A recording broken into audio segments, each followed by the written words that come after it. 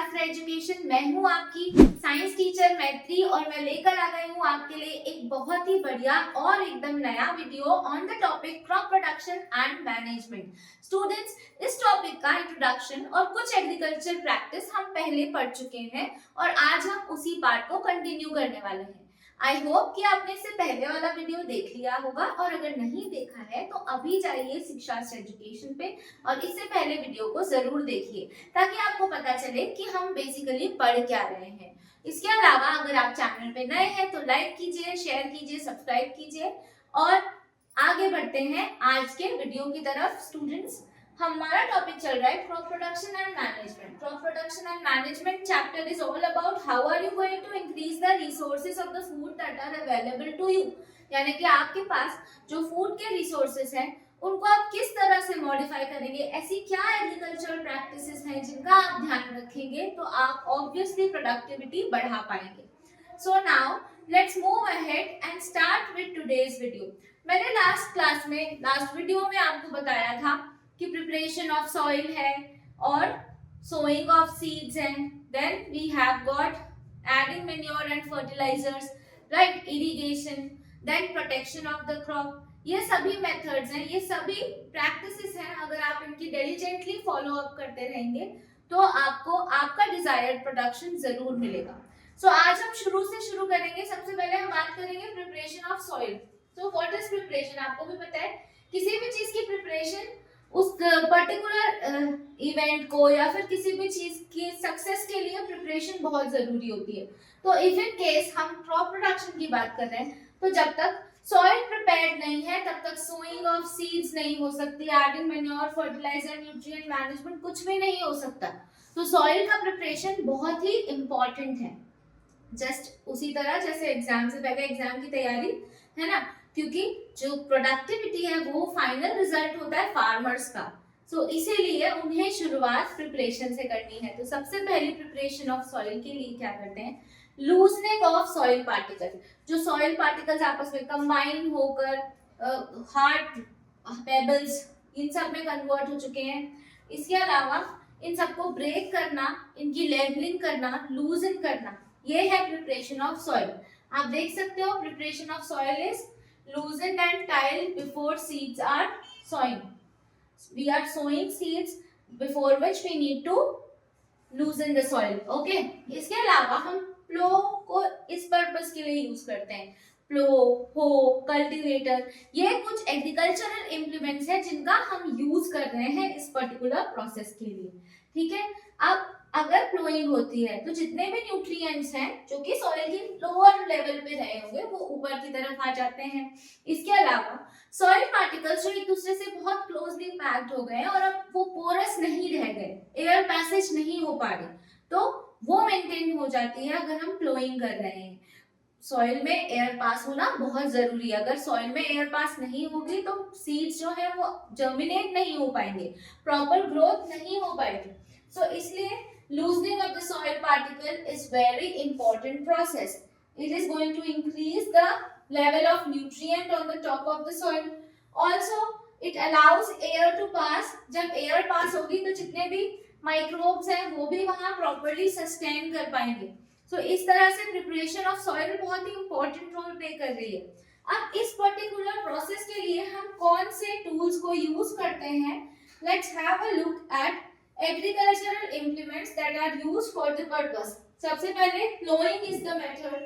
Preparation of soil में plowing and tiling and leveling, ये तीन चीजें हो रही है। plowing कर रहे हैं हम, ठीक है, इसके अलावा soil को हम level कर रहे हैं, ठीक है, इसके अलावा हम tiling कर रहे हैं, right, हम hard rocks और grids को remove कर रहे हैं soil में से।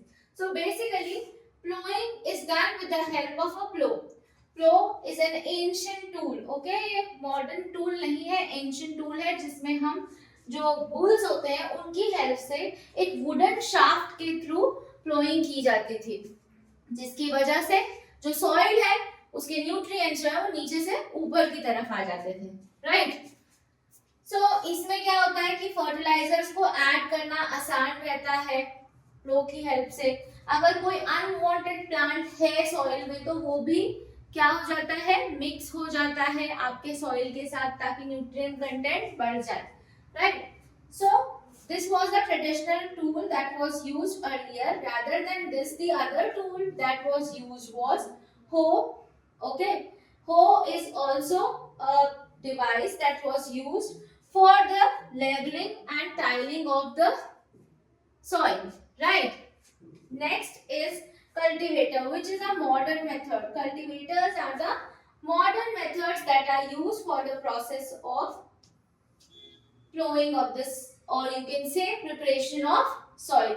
ये तो घर में सभी ने देखा होगा, फावड़ा हम जिसे कहते हैं, राइट। सो हो इज सॉर्ट ऑफ फावड़ा जिसे कह रहे हैं, जिससे आप सॉइल को प्रिपेयर कर रहे हैं for the process of sowing, right. अब आगे मैंने आपसे बोला था कि मॉडर्न मेथड्स में हम बात करते हैं कल्टीवेटर्स की। ये तो हमारे ट्रेडिशनल मेथड्स हैं। आज के दिन हम ट्रेडिशनली ये ट्रैक्टर्स वगैरह को यूज करते हैं। इनमें बड़ी बड़ी मशीन्स रहती हैं, बड़े बड़े सेटअप्स हैं, जिसकी वजह से प्लोइंग हो रही है। प्लोइंग प्रोसेस वही है, सॉइल को लूजन करना, सॉइल के जो लोअर लेवल के न्यूट्रिएंट्स हैं उनको ऊपर की तरफ लाना, एयर पैसेज सॉइल में बढ़ाना, पर्पस वही है। बट मेथड हमने चेंज कर दिया है, जो इम्प्लीमेंट हम यूज कर रहे हैं वो हमने चेंज कर दिया है। क्यों? क्योंकि पुराने ट्रेडिशनल मेथड स्लो थे, इसके अलावा टाइम टेकिंग, लेबर टेकिंग थे। ये क्विक प्रोसेसेस हैं और इनमें ज्यादा टाइम नहीं लग रहा, ये प्रोसेस के रिजल्ट्स हमें जल्दी मिलते हैं, right. So basically these were the agricultural implements that were used for the process of preparation of soil. Ab sowing, what is sowing basically? Sowing is putting seeds into the soil. हम sowing के पहले बात करेंगे जो traditional methods होते हैं जिनकी help से हम सोइंग करते हैं, और उसके बाद हम बात करेंगे मॉडर्न मेथड्स की जिन्हें हम आज यूज करते हैं। इसके अलावा सीड का सिलेक्शन हम कैसे कर सकते हैं वो भी मैं आपको आसानी से एक्सप्लेन करूंगी। तो सबसे पहले सोइंग क्या मेथड है? Sowing is the method of putting seeds into the soil. जब सीड्स को हम सॉइल में ऐड करते हैं, that process is called sowing. Okay, now let's move ahead and take a look at what are the instruments or devices that can be used for this process. So basically initially एक funnel, seed funnel करके एक traditional tool आता था। Funnel आपको अगर याद हो तो फनल का शेप कुछ इस तरह का होता है। तो इस तरह का एक ट्रेडिशनल टूल है जिसको फिक्स किया जाता है। इसके एंड्स जो होते हैं वो शार्प होते हैं। It is fixed like this, you can see in the picture, this is the funnel, है ना। It is fixed along with this wooden shaft and bulls are carrying the same. जो बैल होते हैं वो उस वुडन शाफ्ट को लेके आगे बढ़ रहे हैं और उसी वुडन शाफ्ट में फनल फिक्स्ड है। ऊपर की तरफ से फार्मर्स सीड डालते हैं और नीचे के एंड से जो कि ओपन है, यानी कि यहाँ से जो भी ऐड हो रहा है it will reach to the soil. Okay, so इस तरह से सोइंग ऑफ सीड्स पहले होती थी। अब क्योंकि ये बुल्स की हेल्प से हो रहा है तो ऑब्वियसली ये टाइम टेकिंग और लेबर टेकिंग प्रोसेस है। आप देख रहे हो इस पर्टिकुलर प्रोसेस में 2 लोग इंक्लूडेड हैं, राइट। और इसके कुछ आउटकम्स ऐसे भी थे जो कि हमें हमारे डिजायरेबल रिजल्ट नहीं दे रहे थे। सोइंग ऑफ सीड्स में हमें बहुत सारी चीजों का ध्यान रखना पड़ता है। सोइंग ऑफ सीड्स में आपको पता होना चाहिए कि पर्टिकुलर सीड्स एक दूसरे से कितने डिस्टेंस पे हम सो कर रहे हैं, इसके अलावा कितनी डेप्थ में वो पर्टिकुलर सीड है, ये भी एक बहुत इंपॉर्टेंट पॉइंट है। तो अगर हम इन चीजों का ध्यान नहीं रखेंगे तो बेसिकली क्या होगा, सोइंग का रिजल्ट हमें नहीं मिलेगा। ओवर क्राउडिंग हो जाएगी सीड्स की। जब ओवर क्राउडिंग होगी तो न्यूट्रिएंट्स के लिए कंपटीशन, सनलाइट के लिए कंपटीशन, स्पेस के लिए कंपटीशन होगा। इसलिए ये सारी चीजों पे ये फनल के थ्रू ध्यान नहीं जा रहा था। तो अब हम मॉडर्न टेक्निक यूज करते हैं। मॉडर्न टेक्निक में हम यूज कर रहे हैं सीड ड्रिल। ये वो मशीन है जो कि ट्रैक्टर्स की हेल्प से चल रही है, तो यानी कि लेबर टेकिंग भी नहीं है और स्लो भी नहीं है, क्विक प्रोसेस है और ये हमें हमारा डिजायरेबल काम करके देती है, ठीक है। डिजायरेबल काम यानी कि आपकी सोइंग का प्रोसेस, यानी कि सीड्स को आप एक प्रॉपर डिस्टेंस पे ग्रो कर पा रहे हो, एक प्रॉपर डेप्थ पे ग्रो कर पा रहे हो, सीड्स की ओवर क्राउडिंग नहीं हो रही है, सीड्स सुपरफिशियली भी नहीं है, वो डेप्थ में है, क्योंकि अगर सीड्स सुपरफिशियल रह गए तो देयर आर चांसेस कि इंसेक्ट्स और बर्ड्स उन्हें खराब कर दे, डैमेज कर दे, और डैमेज सीड से आपको कोई भी डिजायर्ड रिजल्ट नहीं मिलेगा। इसके अलावा ट्रेडिशनली इनिशियली अगर आपने किसी पुरानी मूवी में देखा हो या किसी पुराने बहुत पुराने वीडियो में देखा हो, फार्मर्स ब्रॉडकास्ट भी करते हैं सीड्स, ठीक है। Farmers are just throwing the seeds in the field by the simple broadcasting method, but ये मेथड्स बिल्कुल भी सूटेबल नहीं है, क्योंकि फार्मर थोड़ी ना डिसाइड करते हैं कि दिस पर्टिकुलर लोकेशन में 2 ही सीड गिरेंगे या 1 सीड गिरेगा या फिर एक साथ 6-7 गिर जाएंगे। और ब्रॉडकास्टिंग में सीड सुपरफिशियल भी रहते थे, ठीक है। तो सीड्स का सुपरफिशियल रहना हमारी प्रोडक्टिविटी के लिए बहुत हार्मफुल है, क्योंकि it can B damaged bye birds and insects. So broadcasting method बिल्कुल भी अप्रूव्ड मेथड नहीं है, उसे यूज करना बिल्कुल नुकसान के बराबर होगा। इसके अलावा जो फनल है उसके कुछ ड्रॉबैक्स थे, इसलिए हम मॉडर्न मेथड सीड ड्रिल को आजकल यूज करते हैं। पर अगर हम पुराने जगह पे जाएं और पुराने गांव में खेतों में देखें या फिर किसानों को देखेंगे, तो आज भी हम ये ट्रेडिशनल मेथड फॉलो करते हैं, आज भी फनल यूज्ड होते हैं for the purpose of sowing of seed. अब सोइंग करने से पहले सीड का सिलेक्शन तो बहुत ही जरूरी है ना, क्योंकि जैसा आप सीड सिलेक्ट करेंगे वैसा ही आपको आउटकम मिलेगा। अगर आपका सीड अनहेल्दी है, ठीक है, तो आपकी प्रोडक्टिविटी कैसे डिजायर्ड अचीव हो पाएगी, है ना। सीड का हेल्दी होना बहुत जरूरी है, तभी तो प्लांट हेल्दी होगा। तो सीड सिलेक्शन एक बहुत इंपॉर्टेंट प्रोसेस है, ठीक है। आजकल फार्मर्स को हम सजेस्ट करते हैं HYV सीड्स को यूज करने के लिए। HYV सीड्स क्या है? ये हाई यील्डिंग वैरायटी सीड्स हैं, जिनसे प्रोडक्टिविटी क्या होती है, बढ़ती है, इंक्रीज होती है, राइट। अब मैं आपको एक छोटी सी एक्टिविटी बताती हूँ जिसकी हेल्प से हम सीड का सिलेक्शन कर सकते हैं। तो सबसे पहले आप पर्टिकुलर सैंपल ऑफ सीड्स को कलेक्ट कर लीजिए। इस एक्टिविटी के लिए हमें क्या चाहिए, सैंपल ऑफ सीड्स चाहिए। सैंपल ऑफ सीड्स को आप वाटर में सोक कर दीजिए, ठीक है। अब आप थोड़ी देर बाद अगर ऑब्जर्व करेंगे तो क्या आपको पता चलेगा, आप ऑब्जर्व करोगे damage seeds will start floating on water. Damage seeds जो है वो start floating on the surface of water.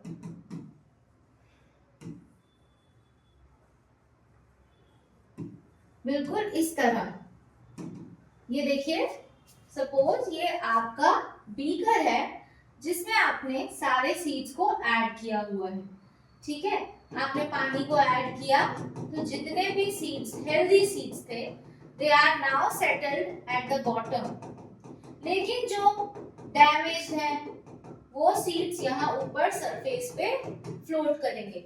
इस तरह से फार्मर्स इजीली हेल्दी और अनहेल्दी या फिर डैमेज सीड्स को आइडेंटिफाई कर लेते हैं और उन्हें सेपरेट कर देते हैं, और इस तरह से सिर्फ हेल्दी सीड्स की सोइंग होती है। I hope this is clear to you. Now अब आपको भी पता है कि जब सोइंग हो गई तो न्यूट्रिएंट्स तो मैनेज करने हैं। हालांकि प्लांट्स अपना फूड खुद प्रिपेयर करते हैं, लेकिन उनको उस फूड के अलावा कुछ ऐसे न्यूट्रिएंट्स भी हैं जो रिक्वायर्ड है, जो उनकी ग्रोथ और डेवलपमेंट को सपोर्ट कर रहे हैं। अब ये जो न्यूट्रिएंट्स हैं ये या तो रेडीली अवेलेबल होते हैं सॉइल में, और या फिर ये अगर कहीं से कम है या अवेलेबल नहीं है तो हम आर्टिफिशियली इन न्यूट्रिएंट्स को सॉइल में ऐड करते हैं। So manure and fertilisers are the chemicals and natural products that can be used for enhancing the fertility or the nutrient content of the soil. अगर मैं पहले बात करती हूँ मैन्योर की, तो मैन्योर जो है वो ऑर्गेनिक प्रोडक्ट होता है जो कि क्या कर रहा है, आपके डिजायर्ड रिजल्ट्स आपको दे रहा है। It's an organic product, it is prepared in the field, और इसमें क्या होता है, सॉइल की फर्टिलिटी इंक्रीज होती है, वाटर रिटेंशन इंक्रीज होता है, humus of the soil also increases. ठीक है, बस एक ड्रॉबैक है कि ये स्लो प्रोसेस है, मतलब इससे जो भी आउटकम मिलेंगे वो थोड़ा स्लो मिलेंगे, और ये टारगेट ओरिएंटेड नहीं है। यानी कि अगर आपको नाइट्रोजन की नीड फुलफिल करनी है तो जरूरी नहीं है कि मैन्योर से सिर्फ नाइट्रोजन की नीड फुलफिल हो जाए या पोटेशियम की नीड फुलफिल हो जाए, राइट। सो ऐसा जरूरी नहीं है, ये स्लो है, टारगेट ओरिएंटेड नहीं है, बट इसके बहुत सारे फायदे हैं, इसका कोई भी साइड इफेक्ट्स नहीं है। उसी तरह अगर मैं बात करूंगी फर्टिलाइजर्स की, तो फर्टिलाइजर्स केमिकल होते हैं और वो फैक्ट्रीज में प्रिपेयर होते हैं, right, they are prepared in the factories. इसके अलावा जब हम ज्यादा से ज्यादा फर्टिलाइजर्स ऐड करते हैं सॉइल में, तो उससे सॉइल की वाटर रिटेंशन क्वालिटी कम हो जाती है, यानी कि अब वो उतना फ्रीक्वेंट वाटर रिटेन नहीं कर पा रहे हैं, ठीक है, टॉप सॉइल रिमूव होने के चांसेस होते हैं। तो हमको फर्टिलाइजर्स बहुत सोच समझ के यूज करने चाहिए, क्योंकि वो केमिकल्स हैं। आपको ये एक बहुत इंपॉर्टेंट टॉपिक है, differences between fertilizers and manure, it can be asked in your exams. So fertilizers are basically man-made inorganic soils, whereas manure are also man-made but they are organic. Okay, then fertilizers are prepared in the factories, whereas manure can be prepared in the field. Okay, then fertilizers has a lot of humus content of fertilizer is good, right. Then manure provides a lot of, like, it's not, fertilizers are not providing it, है ना, वो आपके soil में humus को add नहीं कर रहे हैं, पर मैन्योर जो है वो ऐड कर रहे हैं, ठीक है। ह्यूमस टॉप सॉइल में रहता है, ह्यूमस की वजह से जो माइक्रोब्स हैं वो प्रॉपर्ली सस्टेन कर पा रहे हैं, ठीक है। अब फर्टिलाइजर्स जो रहते हैं ये न्यूट्रिएंट रिच तो होते हैं, लेकिन मैन्योर्स न्यूट्रिएंट रिच नहीं होते, जैसे मैंने आपको पहले ही कहा था कि ये टारगेट ओरिएंटेड नहीं है। आई होप ये डिफरेंस आपको क्लियर हो गया हो, क्योंकि ये एक इम्पॉर्टेंट टॉपिक है। अब हम आगे बढ़ेंगे और बात करेंगे एडवांटेजेस ऑफ मैन्योर के, जो कि मैंने आपको पहले ही बताया कि मैन्योर काफी एडवांटेजेस है, क्योंकि गैसेस एक्सचेंज को सपोर्ट कर रहा है, ये सपोर्ट कर रहा है वाटर रिटेंशन को, ये हेल्प कर रहा है ह्यूमस को इंक्रीज करने में, सॉइल के टेक्सचर को इंप्रूव करने में, सॉइल की फर्टिलिटी को एनहांस करने में without any side effects. But on the other hand fertilizers के तो बहुत सारे नुकसान होते हैं, राइट। अब ये जो भी न्यूट्रिएंट है ना सॉइल में, वो कैसे प्लांट तक पहुंचते हैं? So these nutrients are reaching to the plants in a soluble form. तो soluble कैसे हो पाएगा? वाटर की प्रेजेंस में, जब वाटर रहेगा तभी तो डिसॉल्व हो पाएगा, ठीक है। So nutrients are requiring water so that they can be absorbed by the plant. इसके अलावा water और important है for the process of photosynthesis, है ना। Plants are preparing their own food by carbon dioxide and water in presence of sunlight and chlorophyll. So water in short is very important. So how we are providing water to the crop? We are cultivating. So basically हमारी जो country है वो rainfall पे काफी dependent होती है for the process of providing water to the crop. But जब हम artificially water provide कर रहे हैं in the crop, then in that case what we will be talking about, इस केस को हम कहते हैं इरिगेशन, ठीक है। ये जो प्रोसेस होता है जिसमें हम आर्टिफिशियली वाटर फील्ड में प्रोवाइड करते हैं, उस प्रोसेस को हम कहते हैं इरिगेशन। क्योंकि वाटर बहुत इंपॉर्टेंट है तो हमें ये आर्टिफिशियल टेक्निक ढूंढनी पड़ी। पुराने समय में फार्मर्स को पता नहीं होता था कि किस टाइम पे, किस सीजन पे कौन सी किस तरह की बारिश होगी। कई बार तो ऐसा होता था कि बारिश नहीं हो रही है तो फार्मर्स परेशान होते थे। तो नाउअडेज हमने कई सारे ट्रेडिशनल मेथड्स ऑफ इरिगेशन को फाइंड आउट कर लिया है। एक की पिक्चर तो आप देख ही रहे हैं, it's a sprinkler irrigation system, it's a modern method of irrigation. rather than this there is another modern method of irrigation as well, है ना। बट पहले हम ट्रेडिशनल मेथड्स को डिस्कस करेंगे। उससे पहले let us find out what are the sources of water, जो हम ट्रेडिशनल मेथड या फिर हम मॉडर्न मेथड जो भी हम यूज करते हैं, उसके लिए हमें ये तो पता होना चाहिए कि वाटर के सोर्सेस क्या क्या हैं। तो वाटर के सोर्सेस हैं रिवर, वाटर के सोर्सेस हैं लेक्स, और डैम्स एंड कैनल्स। ठीक है, ये सभी क्या है, sources of water, well, tubewells, ponds, lakes, rivers, dams and canals. फिर इन्हीं के यूज से हम river lift system, canal system बनाते हैं। ढाकेली राहत जैसे पुराने ट्रेडिशनल मेथड्स हैं जिनमें एनिमल्स की हेल्प से वाटर को बकेट के थ्रू पुल करके कैनल में ड्रेन किया जाता था, जिसकी हेल्प से पूरी फील्ड में पानी पहुंचता था। राइट, सो ये ट्रेडिशनल मेथड्स ऑफ इरिगेशन में आते हैं मोट, जिसको हम पुली सिस्टम कहते थे, जिसमें आप देख रहे हो कि पानी खींच रहा है और कैनल्स में लाइक फील्ड में we are pouring it. Pulley system, then chain pump system, this is the chain pumps, there are chains which are pulling the whole bucket and pouring the water in the field. Then राहत ढाकेली, इसमें क्या होता था, animals का use करते थे हम, कहीं हमारा मेन पर्पस क्या है, फील्ड में पानी पहुंचाना। बट ये सभी मेथड्स जो हैं वो उतने फायदेमंद नहीं थे। क्यों? क्योंकि इनकी वजह से बहुत सारा वाटर लॉस होता था। ठीक है, इसके अलावा फील्ड में इवनली वाटर स्प्रेड नहीं होता था, वाटर लॉगिंग हम ऑब्जर्व कर सकते थे, तो वाटर बेसिकली वेस्ट होता था। तो अब हमारे पास है कुछ मॉडर्न मेथड्स जिनकी वजह से हम इरिगेशन के प्रोसेस को बहुत ही अच्छे से कर सकते हैं। तो मॉडर्न मेथड्स हम पढ़ेंगे हमारे नेक्स्ट वीडियो में। So thank you so much all of you for watching us and keep your love and support to us. Thank you. See you in the next video.